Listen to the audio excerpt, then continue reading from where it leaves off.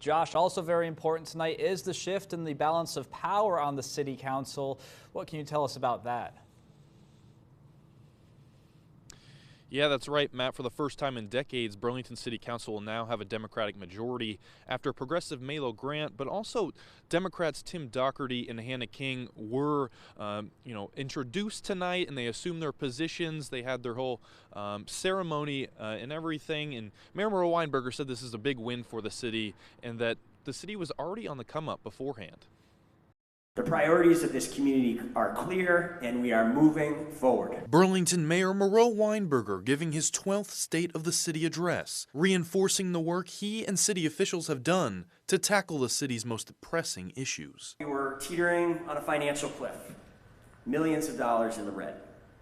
Today we are once again a AA city with millions of dollars in reserve. He also touted their role in construction of nearly 800 homes currently being built in the city and an array of other infrastructure projects and upgrades. After many ordinance reforms and major focus, we are starting to make good on the promise that housing is a human right. Before the newly elected council members looked on at the mayor's remarks, the Democratic advantage was cemented as they now have a 7-5 majority. Weinberger and both his new and veteran colleagues on the council say issues like public safety are ones that have no easy fix. I met with people, what are you most concerned about? What would you like to see action on?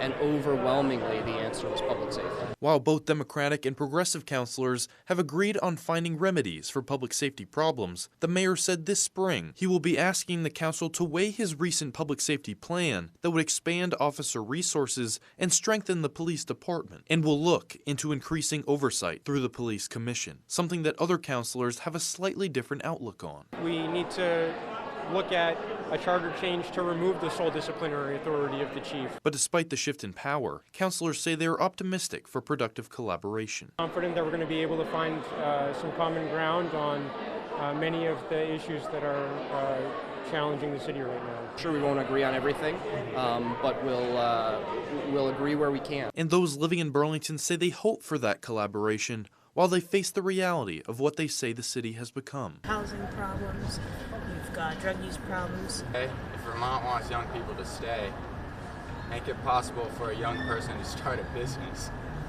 We're getting outpriced by thousands and thousands of dollars. And Weinberger also reinforced that rebuilding the city's police department will be critical in rebuilding trust within the community, and said that voters not voting for the civilian police oversight on town meeting day's ballot was big in that case. Reporting in South Burlington tonight, Josh Morrill, ABC 22 News.